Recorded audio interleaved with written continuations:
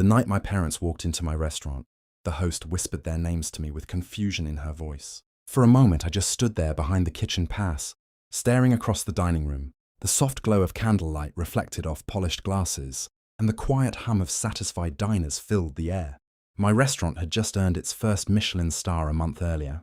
The room smelled of butter, truffle, and roasted garlic, the scent of a life I had built from nothing. And there they were.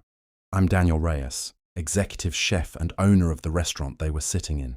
But 10 years ago, I was just the kid nobody wanted to deal with. Growing up, I was the quiet one in the house, the extra mouth, the inconvenient expense. My parents never said they hated me. They didn't have to. It showed in the way they praised my older sister for every small achievement. While my interests were treated like pointless hobbies, cooking was one of those useless things. When I was 15, I started experimenting in the kitchen after school. Cheap ingredients, late nights, burned pans. I watched cooking shows, copied recipes, and dreamed about restaurants that felt like another universe entirely. My parents saw it differently. Cooking isn't a career, my father used to say. It's what people do when they fail at everything else.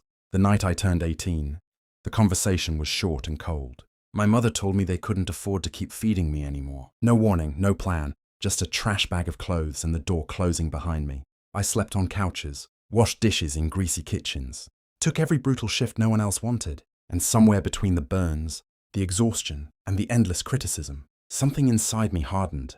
I stopped trying to prove them wrong. Instead, I decided I would simply outgrow them.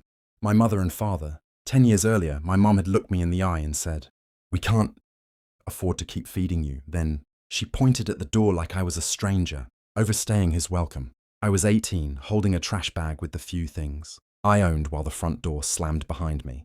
Now they sat comfortably at table 12, flipping through the menu like they belonged there. My mother laughed loudly, bragging to the server about how proud she was of her son, the chef. She didn't recognize me through the kitchen window, but I recognized her. From the kitchen window, I watched them settle into their seats like regular guests. My mother leaned back in the chair, studying the room with slow, approving nods, as if she were inspecting something she already owned. My father tapped the menu with his finger, frowning slightly at the prices. The server, Maya, stood patiently beside them with her notepad. I couldn't hear every word over the clatter of pans and low music in the dining room, but some sentences carried clearly through the open space. "My son owns this place," my mother said casually, as if mentioning the weather. Maya blinked in polite surprise. "Oh, really?" "Yes," my father added, lowering the menu. "Daniel, he's the chef here. We're his parents." The words felt strange in the air. Parents. My mother continued speaking, her voice warm in a way I didn't remember. "He always loved cooking, even as a kid." I almost laughed.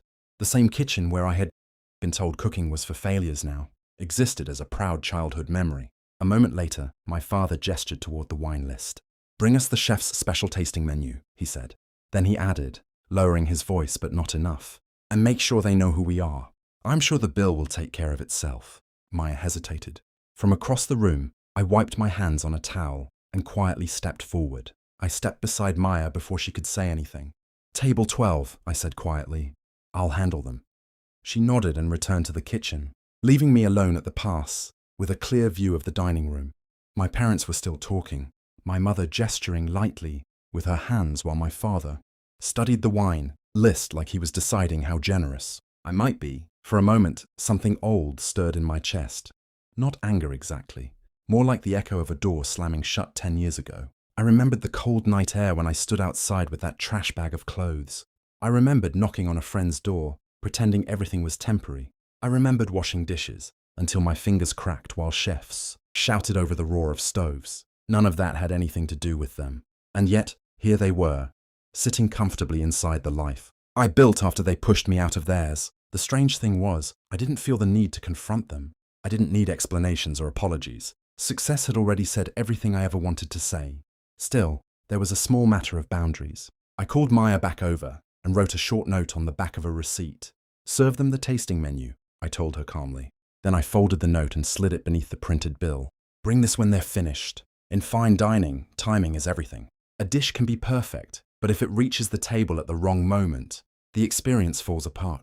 I had learned that lesson through years of long nights, strict mentors, and kitchens where precision mattered more than ego. So I treated this the same way. No confrontation, no raised voices across the dining room. just quiet control. I watched the service unfold from the pass. Course after course left the kitchen, with the kind of care that had earned us our star. Scallops seared to a perfect golden crust, handmade pasta folded with truffle butter, lamb plated like a piece of art. My parents enjoyed every bite. Occasionally, my mother glanced toward the kitchen window, probably hoping I'd come out dramatically so she could introduce me to the room like some long-lost success story. But I stayed where I belonged, behind the line, focused on the work. Because the point wasn't humiliation. The point was clarity. In this restaurant, everyone followed the same rules. Celebrities paid their bills, investors paid their bills, critics paid their bills. Family wasn't an exception. When their final dessert plate was cleared, I saw my father lean back with the relaxed posture of someone expecting generosity. That was when I nodded to Maya. She walked toward table 12 carrying the check folder. Inside it was the bill and the note I had written earlier. Maya placed the black check folder gently on the table. My father reached for it without hesitation, still mid-conversation with my mother. He opened it casually, the way people do when they're expecting to see a polite compliments of the chef. Instead, he paused. Even from across the dining room, I saw the shift in his posture. His shoulders stiffened slightly as his eyes moved from the bill to the folded note tucked beneath it. My mother leaned closer. "What is it?" He handed her the paper. She unfolded it slowly. The dining room continued around them. Soft music, quiet laughter, the clink of glasses, but their table had fallen into a small pocket of silence. The note was written in my handwriting, clear and steady. "Welcome to the restaurant. Like every guest here, we ask that you respect our policies." Beneath that, a single line. "We reserve the right to refuse service." My mother looked up toward the kitchen window. For the first time that night, our eyes met. Recognition came slowly, like someone waking from a long sleep. Her confident smile faded as she realized exactly where she was and whose world she had just walked into. I didn't wave. I didn't step out. I simply turned back to the stove and called the next order. For a few minutes, table 12 barely moved. My mother kept glancing between the note and the kitchen window, as if hoping the message might change if she read it again. My father studied the bill in silence, his jaw tightening slightly, the way it used to when he didn't like something but couldn't argue with it.